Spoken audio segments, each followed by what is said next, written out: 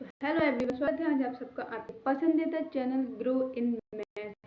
हम पढ़ने वाले हैं कक्षा 10 की गणित का फर्स्ट चैप्टर पार्ट 3 पढ़ने वाले हैं हम। ठीक है, पार्ट 1 में हमने पढ़ा रखा है वास्तविक संख्याएं किसे कहते हैं, कितने प्रकार की होती हैं, और पार्ट 2 में हमने और टॉपिक्स पढ़े हैं। पार्ट 3 में हम पढ़ने वाले हैं जितने भी इम्पोर्टेंट क्वेश्चन हैं वो सारे आज हम डिस्कस करेंगे। ठीक है, तो हमने लास्ट टाइम क्या बताया था, हमने एक सूत्र बताया था।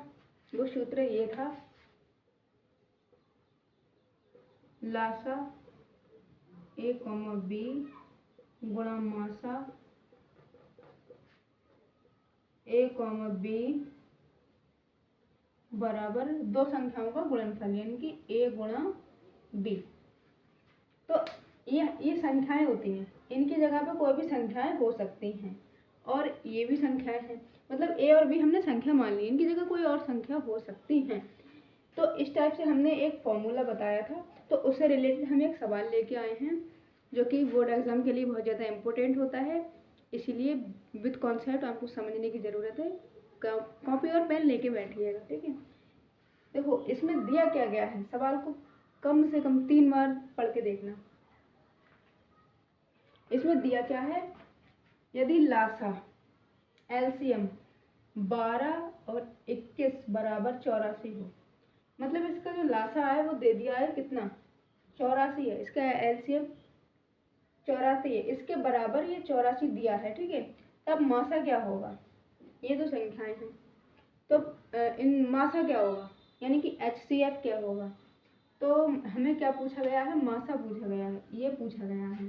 तो सूत्र कैसे बनेगा, हमें इसे यहीं रहने देना है, मासा हम लोग यहीं पर रहने देंगे, ए गुणा ए बी बराबर ए गुणा बी अपॉन में ले जाएंगे लासा। ये इस तरह से ये फॉर्मूला इसमें फिट होगा। ठीक है, अब करते हैं सवाल हल। तो सवाल हल करने का मेथड इम्पोर्टेंट होता है। तो सबसे पहले लिखेंगे दिया है, जो दिया है वो लिखेंगे, क्या दिया है, लासा 12,21 बराबर कितना दिया है, 84 दे दिया है हमें। ठीक है, तो हमें ज्ञात क्या करना है, मासा ज्ञात करना है। इस तरीके से लिख के आओगे ना तो नंबर आपके भरपूर होंगे, कटेंगे नहीं। ठीक है, मासा ज्ञात करना है हमें, क्या ज्ञात करना है, हमें मासा ज्ञात करना है, ध्यान से समझने की जरूरत है। मासा 12,21 हमें फाइंड करना है। ठीक है, अब इसको लिखने की जरूरत नहीं, क्योंकि हमने ये लिख दिया ज्ञात क्या करना, मासा ज्ञात करना है। हमें दिया क्या है, लासा बराबर इसके बराबर 84 हमें दे दिया है। तो अब कैसे करेंगे, वही फॉर्मूला लगाने वाले हैं हम, इसमें ध्यान से बिल्कुल आराम से करने की जरूरत है। अब लिखेंगे हल, हल लिखेंगे तो कैसे करेंगे, वही वाला फार्मूला लगाएंगे, लासा दो संख्याएं ए कॉमा बी है, तो उसकी जगह लिखेंगे 12,21 गुणा में मासा ए कॉमा बी नहीं लिखेंगे, इधर लिखेंगे 12,21 बराबर दो संख्याओं का गुणनफल, यानी 12 और 21 का गुणनफल। ठीक है, अब हमें दिया क्या है, ये दिया है लासा बराबर कितना, 84 दिया है, हमें ये ज्ञात करना है। तो हम क्यों ना इसकी जगह पे, ये दोनों इक्वल है ना एक दूसरे के, तो इसकी जगह पे हम 84 लिख ले। तो इसकी जगह पे हम लिखने वाले हैं 84 गुणा मासा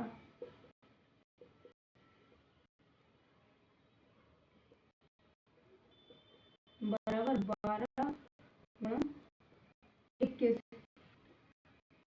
तो ये जो मासा ये यहीं पर रहने देंगे, मासा को यहीं रहने देंगे, 12,21 बराबर में लेके जाएंगे 12 गुणा 21 अपॉन में लिखेंगे 84, अपॉन में लिखेंगे 84। तो इसे किससे काटेंगे, 12 सत्ते 84, 12 एकम 12, देखो 12 सत्ते 84, 12 एकम 12, 7 एकम 7, 7 3 21। तो इसका मासा कितना आया?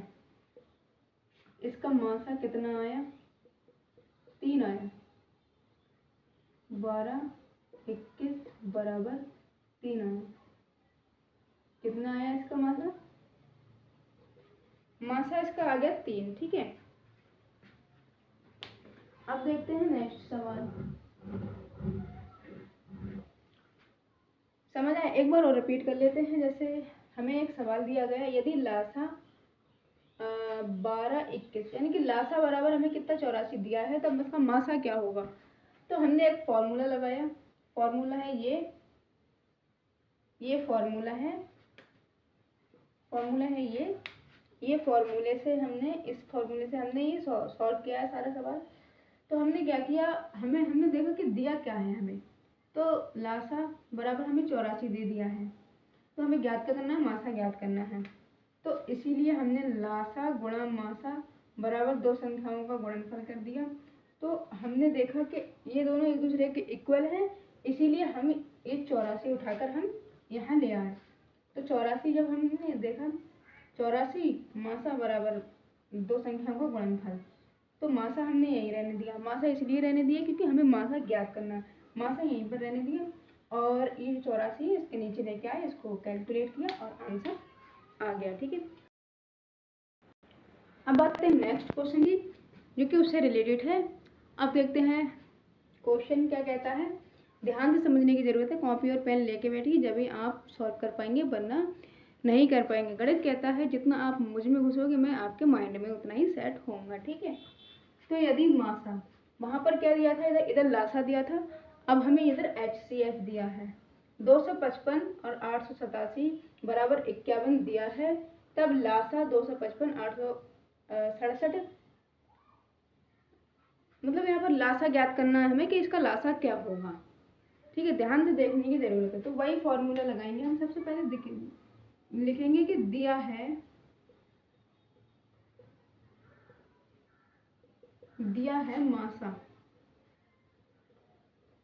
मासा ना लिखकर आप HCF भी लिख सकते हैं। 255 867 बराबर 51 हमें दिया है। हमें ज्ञात क्या करना है? ज्ञात करना है HCF, वो LCM यानी कि लासा हमें ज्ञात करना है। 255 867 हमें ये ज्ञात करना है। ठीक है, हमें ये ज्ञात करना है। हमें फिर वही फॉर्मूला लगाना है, लासा गुणा मासा बराबर दो संख्याओं का गुणनफल। तब नहीं लिखेंगे हल लिखेंगे लासा गुणा मासा। इस तरीके से भी आप कर सकते हो, दो संख्याओं का A गुणा B, इस तरह से भी आप सवाल कर सकते हो। बिल्कुल पूरे नंबर मिलेंगे बोर्ड एग्जाम में। ठीक है, तो इसमें लासा कितना दिया है? 255,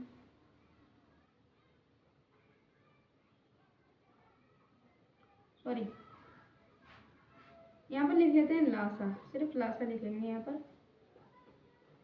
इसमें गुणा में लिखेंगे लासा, यानी कि मासा जो है, ये मासा इसके बराबर कितना 51 है, तो हम डायरेक्टली इसके बराबर 51 लिख लेंगे।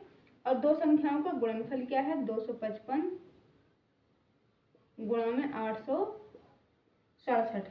तो हम लासा यहीं पर रहने देंगे, बराबर में लेके आएंगे 255 गुणा में 867 बट्टे में 51। तो अब इसको कैलकुलेट करेंगे। देखो, सबसे पहले हमने क्या किया, हमने लिखा दिया क्या है हमें। सबसे पहले सवाल में ये सोचा करो कि दिया क्या है।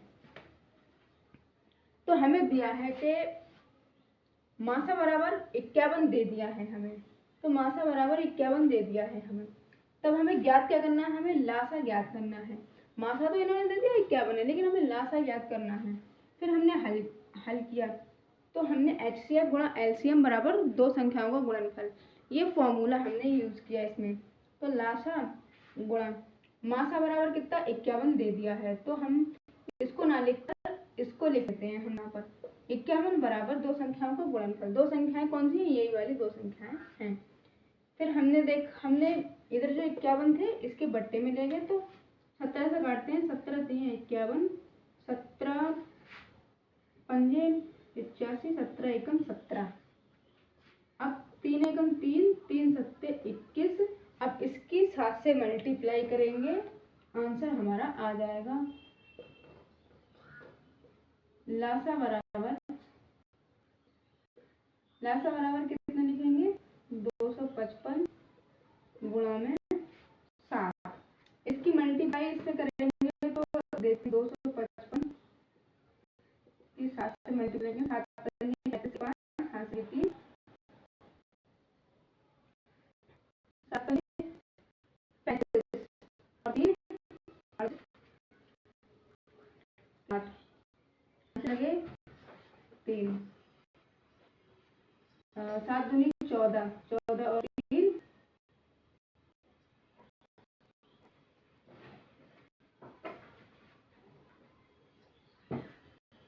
क्या कैलकुलेट कर क्या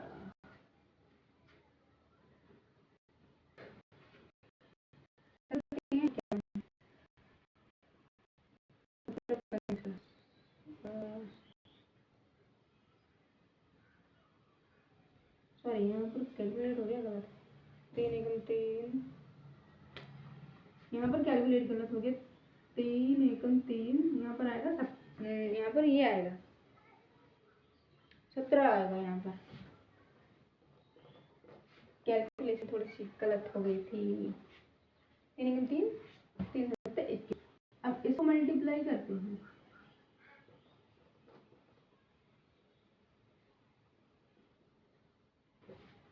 7 पंजे 35 के 5 हाथ लगे 3, 7 पंजे 35 के 5 38 38 3 हाथ के 7 दूनी 14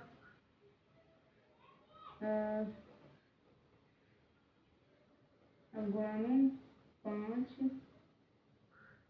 5 2 5 8 5 13 13 के 3 हाथ से लगा 1 7 5 12 और 1 13 13 के 3 हाथ से लगा 1 और 4। तो लासा बराबर क्या आएगा, 4 3 3 5, ये आंसर आया। इसका लासा कितना आया, ये आया। ठीक है, कैलकुलेशन गलत हो जाती है, अच्छे से हो जाती है, तो इसलिए कैलकुलेशन का ज़्यादा से ज़्यादा ध्यान रखें। देखो सबसे पहले हमने क्या किया, यदि मासा बराबर 51 है, हमें मासा बराबर दे दिया है हमें मासा बराबर क्या है 51 है। ठीक है, फिर हमने ज्ञात किया, क्या ज्ञात करना है हमें, यहाँ पर इसका हमें मासा बराबर दिया है, हमें लासा ज्ञात करना है। फिर जब लासा गुणा मासा बराबर 2 संख्याओं का गुणनफल, तो लासा गुणा में 51 लिखे, 51 लिखने के बाद में हमने मासा की जगह 51 लिख दिए, फिर लासा बराबर 2 संख्याओं का गुणनफल बट्टे में 51, फिर हमने 17 से इसको काटा, 17 3 51, 17 पंजे 85, 17 एकम 17, फिर इधर आए 51, फिर हमने 3 से काटा, 3 एकम 3, 3 सत्ते 21, फिर 17 की और 255 को हमने मल्टीप्लाई कर दिया, आंसर हमारा। तो अब बात करते हैं नेक्स्ट क्वेश्चन की, जो कि बहुत ज़्यादा इम्पोर्टेंट है, बोर्ड एग्जाम में मतलब आता ही आता है। ठीक है, ध्यान देने की ज़रूरत है। इसमें क्या कह रहा है कि 65 और 117 के HCF को 65 माइनस 117 के रूप में दर्शाया गया है। ये जो 65 और 117 है ना, इसका जो HCF है ना, 65 और 117 का हम अभी HCF निकालेंगे, तो उसको 65 M माइनस 117 के रूप में दर्शाया गया है। ठीक है, तो M का मान ज्ञात कीजिए। अब देखते हैं, बिल्कुल ध्यान से इस कॉन्सेप्ट के साथ आपको देखने की ज़रूरत है। तो सबसे पहले देखो इसमें दिया क्या है, दिया है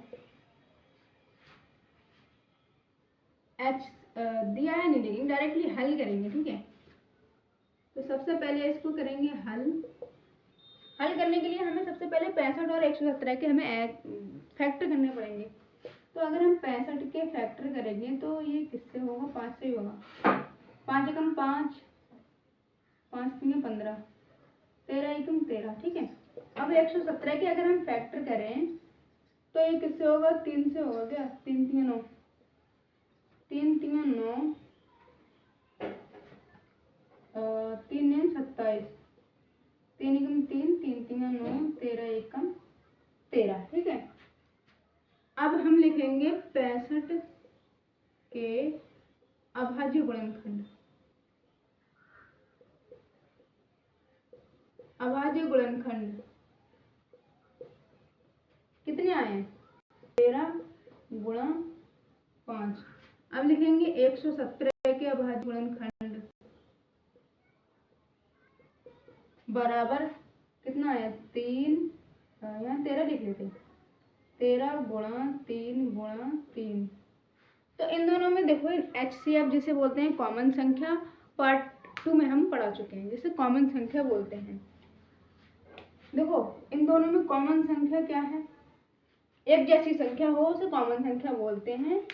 13 है, 5 है, ऊपर 5 है माना 5 है, नीचे 5 है नहीं है, नीचे 3 है, ऊपर 3 है नहीं है, तो इसलिए ये 2 बार है, इसको 1 बार लिख लेंगे। HCF कितना आया, तो HCF बराबर आया 13। इसका HCF तो आ गया। अगर हम LCM निकालेंगे इसका, तो LCM बाद में निकालेंगे, पहले HCF देख लेते हैं। फिर अब इन्होंने क्या किया है कि 65 और 117 के HCF को इसके रूप में दर्शा दिया गया है, ठीक है। 65 और हम ऐसे लिख सकते हैं इसको, HCF 65 117 बराबर 13, ऐसे लिख सकते हैं। तो इसको किसके रूप में दर्शा दिया गया है, इसके रूप में दर्शा दिया गया है। तो हम इसको ना लिखकर अगर हम इसको लिख लें तो कोई दिक्कत तो है नहीं, तो इसको लिखेंगे 65m माइनस के 117 बराबर 13। अब समझो सवाल हो गया सॉल्व।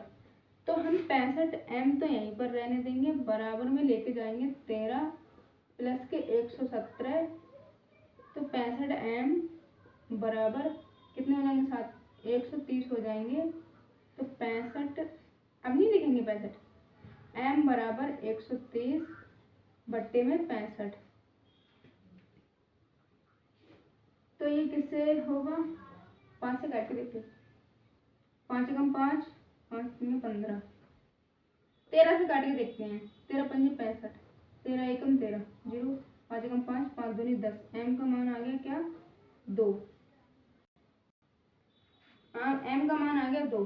कैलकुलेशन समझना आ रही हो तो हमने 13 से काट के देखा, पहले देखा 13 के पहाड़े में क्या 65 आते हैं, और 13 तो ऊपर है ही, तो इसलिए 13 के पहाड़े में 65 आते हैं। 13 पंजे 65, जितनी बार पढ़ने पर आते हैं वो नीचे इधर लिखा, 13 पंजे 65, 13 एकम 13, 0 इधर लिख दिया। 5 के पहाड़े में 10 आते हैं, 5 5 एकम 5 एंड 5 दूनी 10, तो m का मान आ गया 10।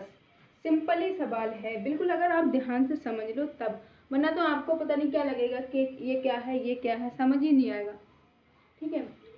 सबसे पहले अब देख लेते हैं हमने क्या किया इसमें।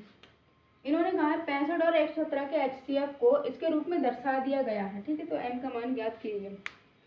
तो सबसे पहले हमने निकाला इसका HCF, इसका HCF आया 13, तो HCF इसका 13 आया, तो हमने HCF ये लिखा, फिर इसके बराबर हमने 13 लिख दिया। तो इन्होंने हमें पहले ही बता दिया, हिंट दे दिए कि इसको हमने इसके रूप में दर्शा दिया गया है, तो इसको ना लिखकर हम इसको लिख लेते हैं, इसको ना लिखकर इसको लिख लिया हमने इधर, बराबर 13। तो अब हमने कैलकुलेट कर दिया आंसर। अब बात करते हैं नेक्स्ट क्वेश्चन की, जो कि बहुत ज़्यादा इम्पोर्टेंट है। हम आज इस सवाल को करने वाले हैं, ध्यान से कॉपी पेन लेके बैठिएगा तभी आपको समझ आएगा, वरना समझ नहीं आएगा, ठीक है। तो अगर आप हमारे चैनल पर आए हैं तो पूरा वीडियो देखें, वरना आपको सवाल समझ नहीं आएंगे, ठीक है। और अगर देख लेते हो तो बहुत अच्छी बात है। संख्या 144 के अभाज्य गुणनखंड, सबसे पहले 144 के इन्होंने कहा अभाज्य गुणनखंड है, ठीक है। तो अभाज्य गुणनखंडों की घातों का योगफल क्या होगा, सबसे पहले अभाज्य गुणनखंड करेंगे, फिर उनके ऊपर जो घातें आएंगी तो उनका योग बताना है। तो सबसे पहले हमें क्या करना है, हल लिखेंगे। यहाँ पर हल लिखने के बाद में लिखेंगे 144 के, सवाल हर कोई सॉल्व कर लेता है, लिखने का मेथड मेन होता है। अगर आपका लिखने का मेथड सही है तो नंबर आपके कहीं नहीं जाने वाले। 144 के बाद जो गुणनखंड कितने आएंगे, 144 के हम करेंगे तो 2 सत्ते 14, 2 चौक 8, 2 दूनी 4, 2 तीन 6, 2 छक 12, 2 एकम 2, 2 अट्ठे 16, 2 नीम 18, 3 एकम 3, 3 तीन और 3 एकम 3। तो सबसे पहले ये देखो कि 2 कितनी बार है, 1 2 3 4, 2 कितनी बार है, 4 बार है। तो इसके ऊपर हम लगा देंगे 4 गुणा 3 कितनी बार है, 1 2, 3 है 2 बार, इसके ऊपर 2 लगा देंगे। ये जो है इनको क्या बोलते हैं, इनको बोलते हैं घात। ठीक है, तो हमें क्या कहा गया है कि मतलब गुणनखंड करो, अभाज्य गुणनखंड करो। ठीक है, कर लीजिए, लेकिन अब सवाल सॉल्व नहीं हुआ है। इनकी घातों का योग बताओ, इनकी घातों का योग। तो लिखेंगे अभाज्य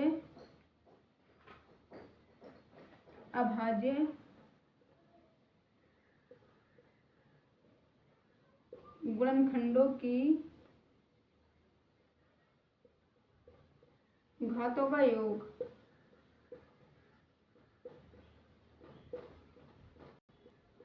घात कितनी है, 4 + 2 बराबर 6। आंसर आ गया। देखो सबसे पहले हमने क्या किया, इन्होंने बोला है कि अभाज्य गुणनखंड करो, अभाज्य गुणनखंड दिए। ठीक है, फिर बोला घातों का योग। इनके ऊपर जो ये हैं इनको बोलते हैं घाते, इसके इनकी घातों का योग हमने किया 6 आया। सवाल इस तरह के और भी सवाल है जो आपको खुद करने हैं। और अगर देखो और ऐसे सवाल हैं हमारी एक्सरसाइज में बुक में जो कि जिसमें घातों का योग नहीं पूछते हैं, सिर्फ ये पूछते हैं संख्या 144 के अभाज्य गुणनखंड क्या होंगे। तो आपको ये मेथड नहीं करना है, ये वाला मेथड नहीं करना है। सिर्फ 144 के अभाज्य गुणनखंड लिखने हैं, फैक्टर करने हैं और जितने आए इतने लिख देने हैं। आप इस तरह से भी लिख सकते हैं, और नहीं तो 2 4 बार हैं तो 4 बार ही लिख सकते हैं, और 3 2 बार हैं 3 2 बार ही लिख सकते हैं। इस तरह से भी सवाल कर सकते हैं। और जो हमने इससे पहले जो क्वेश्चन कराया था उस टाइप के भी सवाल हैं, और उससे पहले जो कराया उस टाइप के भी कई सवाल हैं। एक एक सवाल हर सवाल का बता दे रहे हैं ताकि आप। अब देखते हैं नेक्स्ट क्वेश्चन जो कि बहुत ज़्यादा इम्पोर्टेंट है, 2 नंबर में या 3 नंबर में हर साल बोर्ड एग्जाम में आता ही आता है। ठीक है, तो आपको ध्यान से देखने की ज़रूरत है, सिद्ध करने वाला सवाल है। तो देखो ये कब आया था, ये 2022 23 24 25 26 में भी यही आया था। मतलब संख्याएं बदल जाती हैं लेकिन मेथड यही लिखना है तुम्हें। संख्या बदल जाती है कोई दिक्कत नहीं है, लेकिन इस टाइप का एक सवाल जरूर आता है। ठीक है, लिखित में आता है और ऑब्जेक्टिव टाइप क्वेश्चन में आता है वास्तविक संख्याएं, जो कि हम पीछे पढ़ा चुके हैं, वो ऑब्जेक्टिव टाइप क्वेश्चन में आता है। लेकिन 2 या 3 नंबर में इस टाइप का क्वेश्चन आता ही आता है, हर साल आता है, ये तो गारंटी के साथ है। ठीक है, तो इसको आपको बिल्कुल ध्यान से देखने की ज़रूरत है। तो क्या है कि मतलब सिद्ध करो कि √5 एक अपरिमेय संख्या है। तो हमने लेक्चर 1 में आपको क्या बताया था, परिमेय संख्या के बारे में और अपरिमेय संख्या के बारे में। देखो हम जानते हैं कि ये अपरिमेय संख्या है, आप भी जानते हैं हम भी जानते हैं, क्योंकि ये 5 जो है ये रूट से बाहर नहीं निकल पाएगी।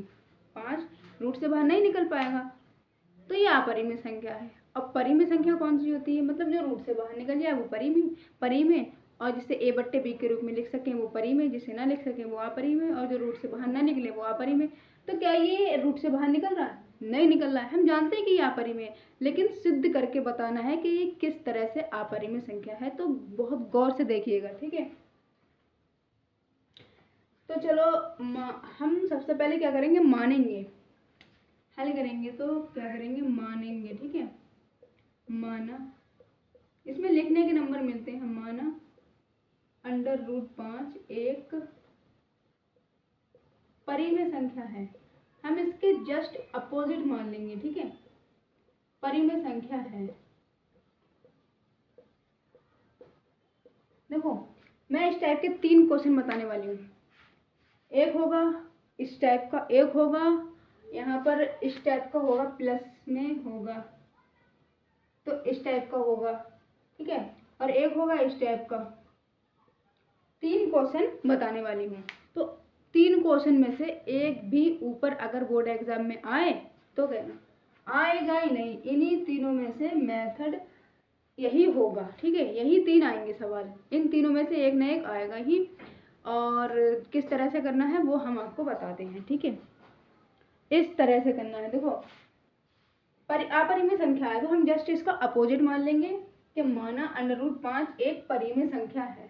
तब जब ये परिमेय संख्या है तब हमने बताया था परिमेय संख्या किसे कहते हैं, जिसे हम a/b के रूप में भी लिख सकते हैं। देखो तो इसके बराबर ये हो सकता है, a/b भी इसके बराबर हो सकता है, ठीक है।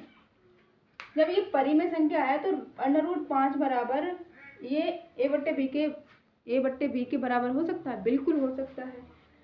मगर ये जो a और b है, a और b ये क्या है, ये सहभाज्य संख्याएं हैं।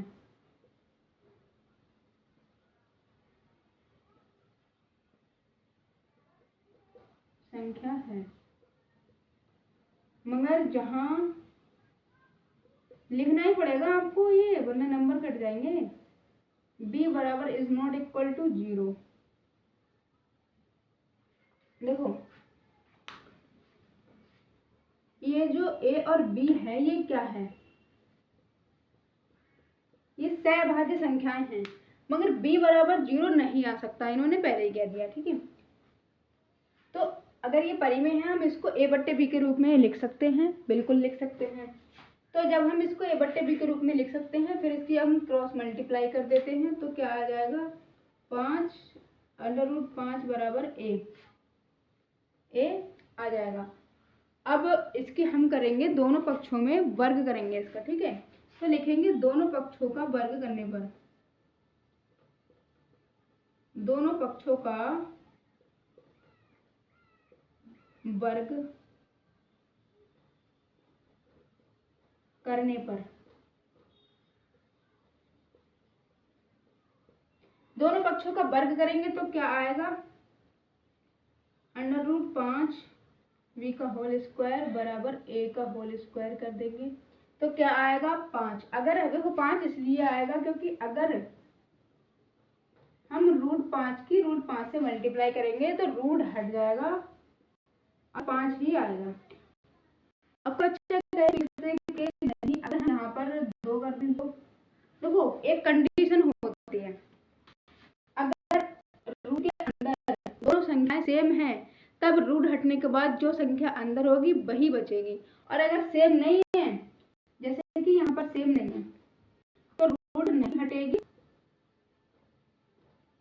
और अंदर मल्टीप्लाई हो जाएगी। कितना आएगा, 5 दूनी 10 आ जाएगा, ठीक है। समझे, हर कॉन्सेप्ट क्लियर करके चलेंगे, ठीक है। तो अब यहाँ पर आ जाएगा, कितना आ जाएगा, 5b² बराबर हो जाएगा a²। तो अब इधर लिखते हैं, तो a² इधर लिखेंगे b² बराबर a²। ये 5 है, इसको बट्टे में लेके आते हैं 5। तो देखो एक चीज यहाँ पर है कि 5 से a² विभाजित है, और जब a² विभाजित है तो a भी तो 5 से विभाजित होगा। तो लिखेंगे चूंकि a² 5 से विभाजित है या विभाज्य है,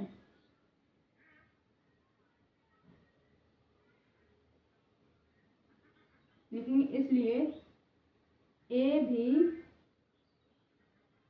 5 से विभाज्य होगा।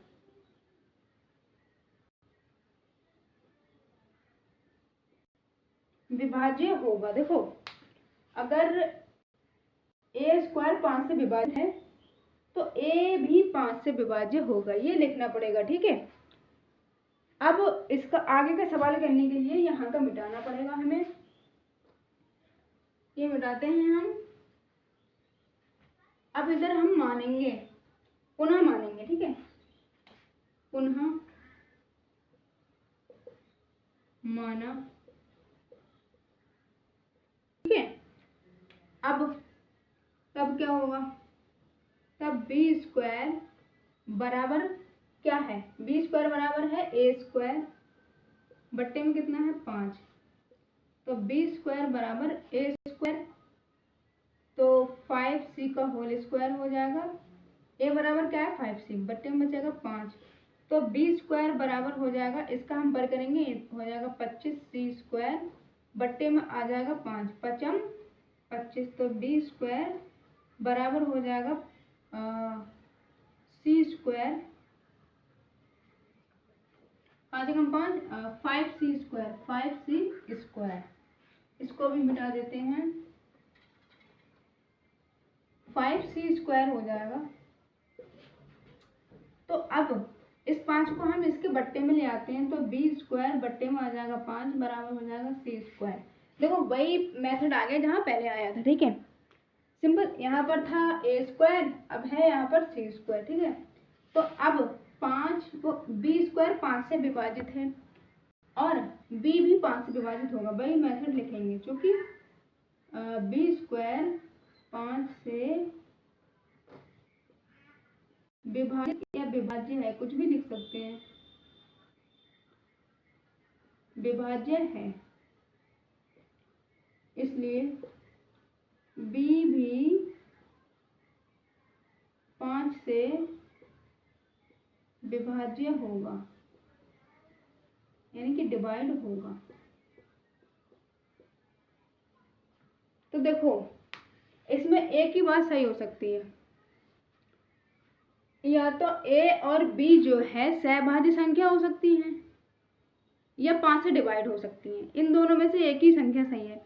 तो इसमें से दो बातें उभर के आ रही हैं कि मतलब ए और बी सहभाज्य संख्या भी हैं और 5 से भी डिवाइड हो रही हैं। तो इससे क्या उत्पन्न होता है कि मतलब जो हमने इससे विरोधाभास उत्पन्न होता है, हमारी जो कल्पना थी वो गलत है, अतः √5 एक अपरिमेय संख्या है। तो हम इसको मिटाकर ये लिखने वाले हैं यहाँ पर, ठीक है। देखो क्या लिखेंगे, अतः लास्ट का स्टेटमेंट है, अतः यहाँ विरोधाभास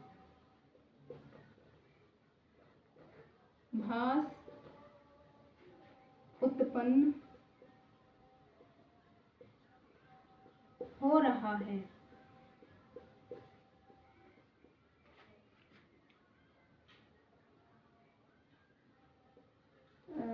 तब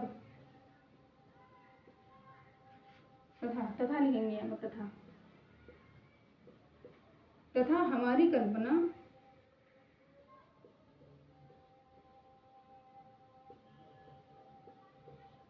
असत्य है,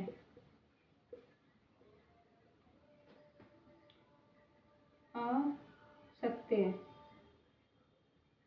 या गलत,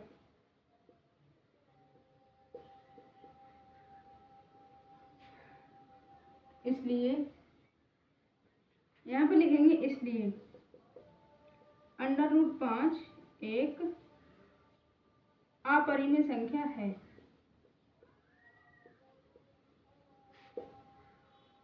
अपरिमेय संख्या है, हमने सिद्ध कर दिया, ठीक है।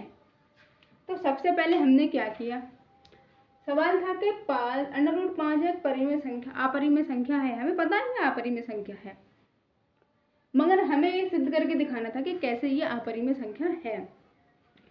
तो सबसे पहले हमने क्या किया, उसको मान लिया अपोजिट कि ये परिमेय संख्या है, और जब ये परिमेय संख्या है तो इसको हम a/b के बराबर मान सकते हैं।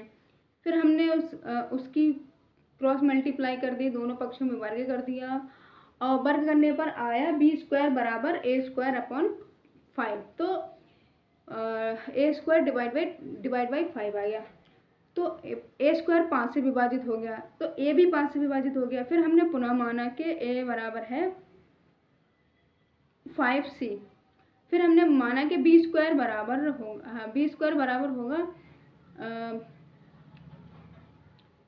5c स्क्वायर, मतलब उसका होल स्क्वायर हो जाएगा। तो बी स्क्वायर बराबर आया, सी स्क्वायर बराबर क्या आया, सी स्क्वायर बराबर आया बी स्क्वायर अपॉन में 5। तो बी स्क्वायर जो है 5 से भी डिवाइड हुआ, बी भी 5 से डिवाइड हुआ। तो एक तरफ हमने देखा कि मतलब ये जो ए और बी अभाज्य संख्या, सहभाज्य संख्याएं हैं, और ये 5 से भी डिवाइड हो रही हैं, तो इनमें से एक ही बात सही हो सकती है। तो इसलिए हमारी जो कल्पना थी वो असत्य हुई और यहाँ पर विरोधाभास उत्पन्न हुआ, और इसलिए ये √5 एक अपरिमेय संख्या है। बस इतना सिंपल सा सवाल है, विद कॉन्सेप्ट के साथ आपको समझाया है। तो ये सारी चीज़ें आपको लिखना ही पड़ेंगी, तब जाके नंबर मिलेंगे, 2 नंबर वो भी, ठीक है। अब बात करते हैं एक नेक्स्ट क्वेश्चन की, जो कि इससे रिलेटेड हम क्वेश्चन बता देते हैं। तो बकाया जितने भी क्वेश्चन बचे, सिद्ध करो कि 3 + 2√5 एक अपरिमेय संख्या है। इस टाइप का सवाल भी आ सकता है। तो देखते हैं इसको कैसे होगा। ये मानेंगे हम, सबसे पहले लिखेंगे हल, माना, मेथड वही रहेगा, माना 3 + 2√5 एक परिमेय संख्या है।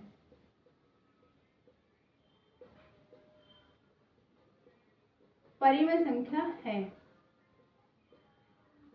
और जब ये परिमेय संख्या है तब इसको हम 3 + 2√5 a/b के रूप में इसको लिख सकते हैं।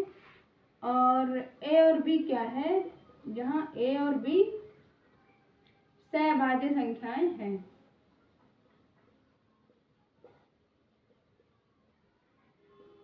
संख्या है, ठीक है। और जहाँ b बराबर is not equal to 0, b बराबर इज नॉट इक्वल टू 0, तो इसको लिखेंगे कैसे, 3 + 2√5 बराबर a/b। तो ये जो 3 है प्लस का इधर लेके जाएंगे माइनस का हो जाएगा, तो 2√5 a/b -3, इनकी क्रॉस मल्टीप्लाई कर देंगे, इसके बट्टे में मान लेंगे 1, 2√5 बराबर a - 3b/b। अब ये जो 2 है इसको इधर लेके आएंगे नीचे, तो √5 बराबर a - 3b/2b। तो एक चीज जान लीजिए कि एक है परिमेय संख्या गुणा एक है अपरिमेय संख्या बराबर इज नॉट इक्वल टू बराबर, मतलब इससे ये सिद्ध होता है कि एक परिमेय संख्या एक अपरिमेय संख्या कभी भी एक दूसरे के बराबर नहीं हो सकती। परिमेय और अपरिमेय संख्या एक दूसरे के बराबर कभी भी नहीं हो सकती। तो ये है अपरिमेय संख्या, ये होगी परिमेय संख्या। तो यहाँ पर लिखेंगे कि हम जानते हैं कि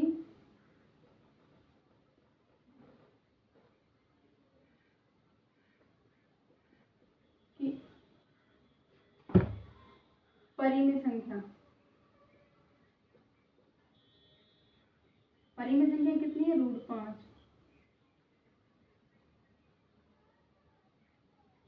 और अपरिमेय संख्या कितनी है, a - 3b/2b। परिमेय संख्या और अपरिमेय संख्या कभी भी बराबर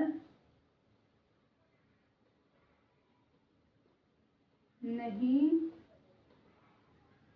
होती हैं, अतः हमारी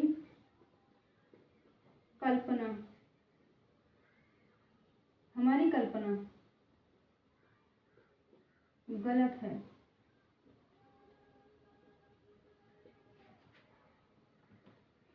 इसलिए इसलिए लिखेंगे, इसलिए 3 + 2 रूट 5 एक अपरिमेय संख्या है।